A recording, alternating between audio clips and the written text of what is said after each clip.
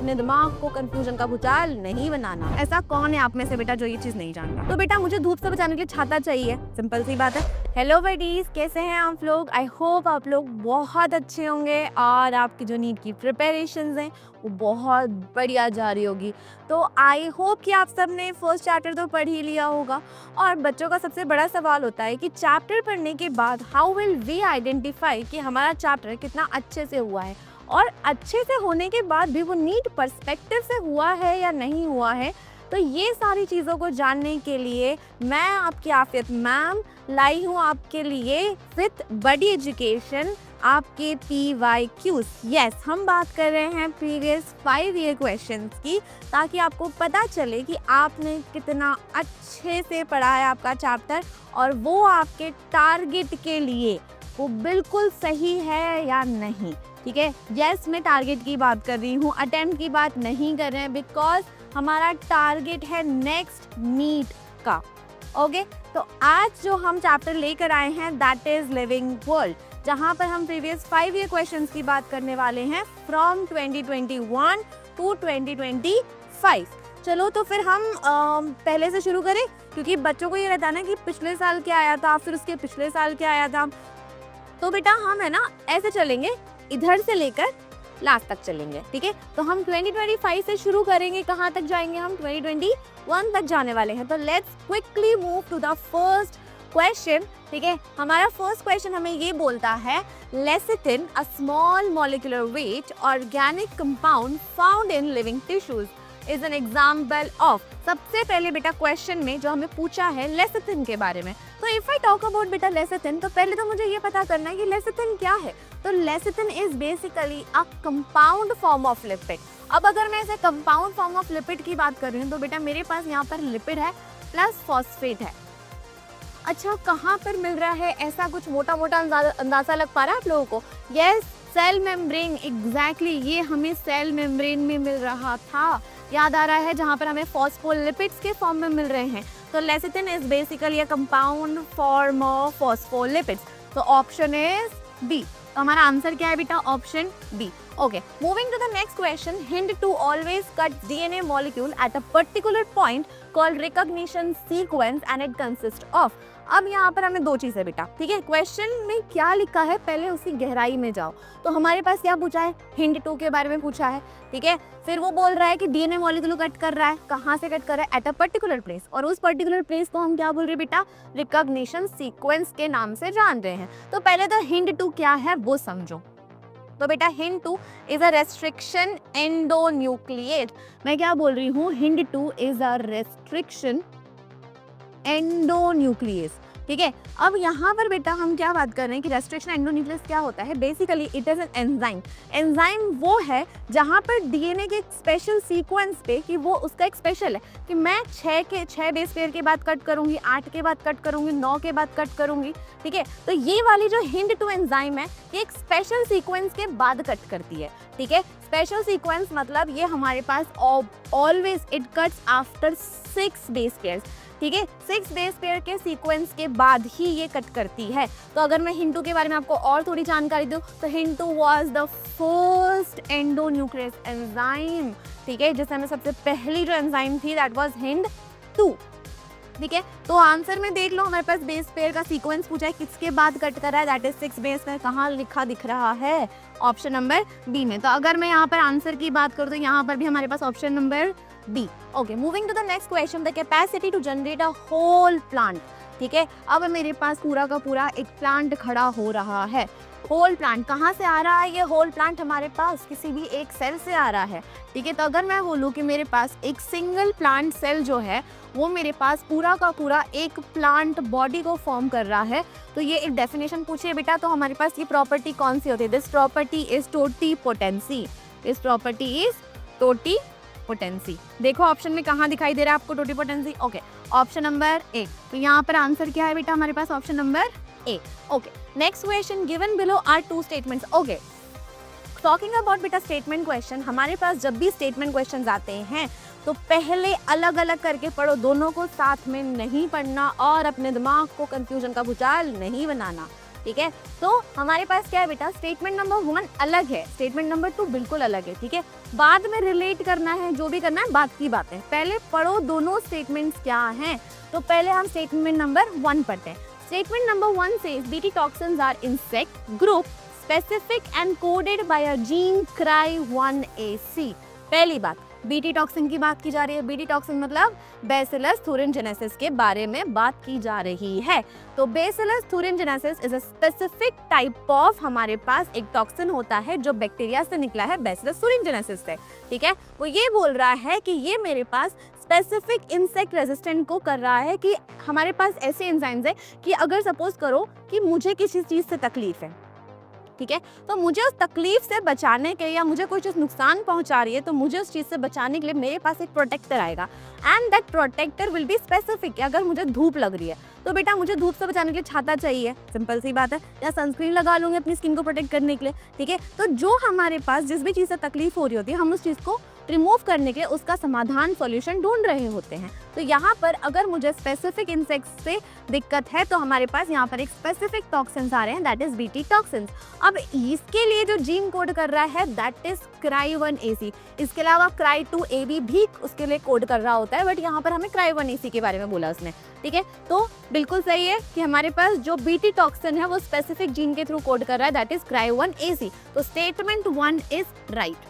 चलो statement first सही है हमारे पास। स्टेटमेंट 2 की तरफ जाते हैं। BT toxin, statement 2 says BT toxin exist as inactive protoxin in B thuringiensis।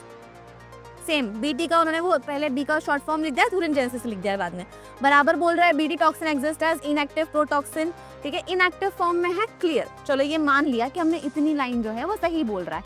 Then however after injection by the insects the inactive protoxin, जैसे ही इंसेक्ट्स में इंजेक्शन किया जाता है वो काय में कन्वर्ट हो जाता है, एक्टिव फॉर्म में हो जाता है। बिल्कुल सही है, पहले इनएक्टिव फॉर्म में है उसको इंसर्ट किया तो हमारे पास किस फॉर्म में हो गया, एक्टिव फॉर्म में हो गया।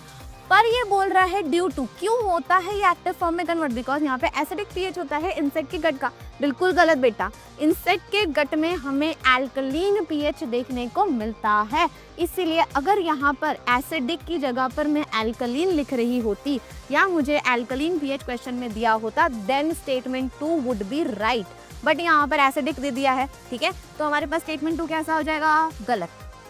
ढूंढ लो ऑप्शन में कहाँ है कि स्टेटमेंट 1 नहीं, ये वाला ऑप्शन नहीं है। बोथ स्टेटमेंट 1 एंड 2 स्टेटमेंट नहीं, बिल्कुल ये भी नहीं है। Statement 1 is true, statement 2 is false, तो ऑप्शन इज सी। तो यहाँ पर हमारा आंसर क्या हो जाएगा बेटा, answer is option number C. चलो moving to the next question. हाँ, match the column.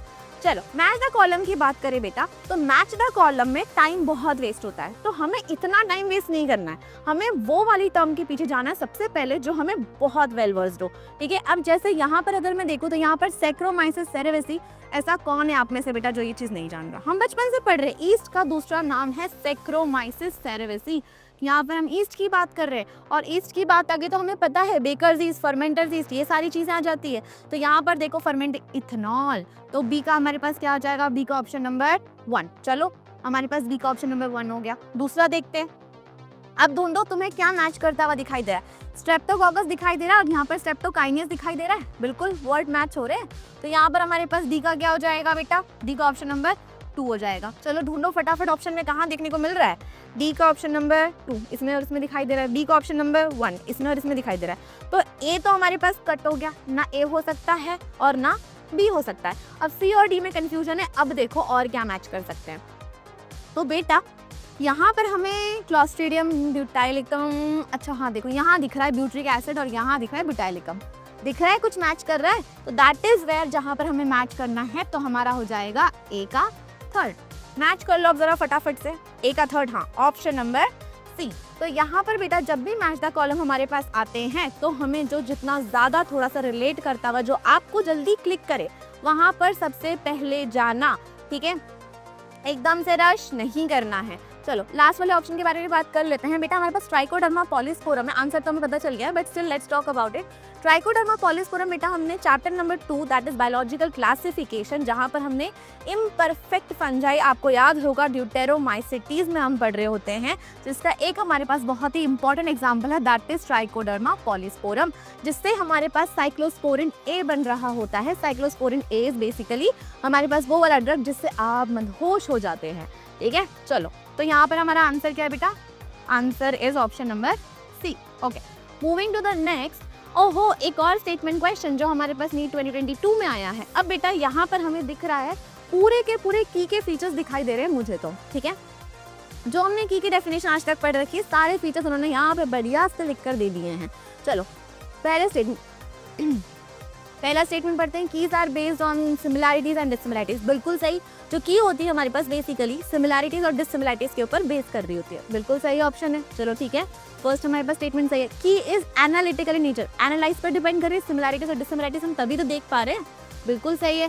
Keys are based on the contrasting characters in pair called couplet. Yes, जब भी हम जो हमारे पास की है वो अगर कॉन्ट्रास्टिंग कैरेक्टर्स में है तो हम पेयर को कपलेट बोल देते हैं, और अगर सिंगल होता है तो हम उसे लीड बोलते हैं। तो हमारे पास स्टेटमेंट नंबर 3 भी सही है। चलो, सेम की can be use for all taxonomic categories. बिल्कुल गलत, क्योंकि अभी हमने बोला कि हम सिमिलैरिटीज और डिससिमिलैरिटीज पे काम कर रहे हैं, तो ये वाला स्टेटमेंट कैसे सही हो सकता है, तो गलत। ईच स्टेटमेंट, और statement number 5, each statement is the key in the key is called lead. अभी बोला बेटा मैंने कि अगर मेरे पास पेयर की बात कर रही हूँ तो हम कपलेट बोल रहे हैं, सिंगल स्टेटमेंट की बात कर रही हूँ तो हम लीड बोल रहे हैं। क्लियर? तो हमारे पास फिफ्थ वाला स्टेटमेंट भी सही है। तो बेटा इन चारों में से सिर्फ और सिर्फ डी ऑप्शन हमारे पास गलत है। देख लो, डी ऑप्शन कहीं है उसको ओमिट कर दो।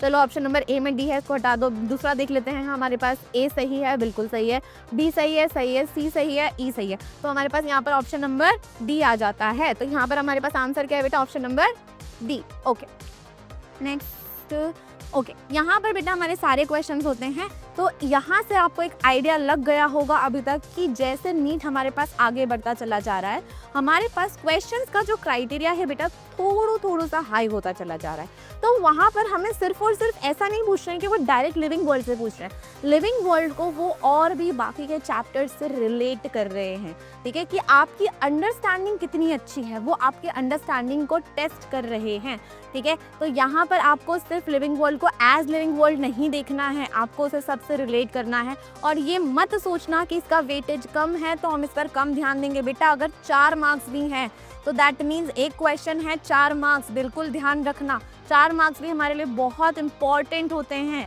ठीक है। अगर उस 4 मार्क्स में से हमारा एक क्वेश्चन भी गलत होता है तो या तो -1 वो लेकर जाएगा हमारा, ठीक है। तुम नहीं कर रहे हो तो 4 मार्क्स नहीं कर रहे हो, तो समझो इस बात को, ठीक है। एक क्वेश्चन भी हम गलत करना अफोर्ड नहीं कर सकते हैं। It is very important for you guys, ठीक है, क्योंकि ये हमारा टारगेट है बेटा, अटेम्प्ट नहीं है।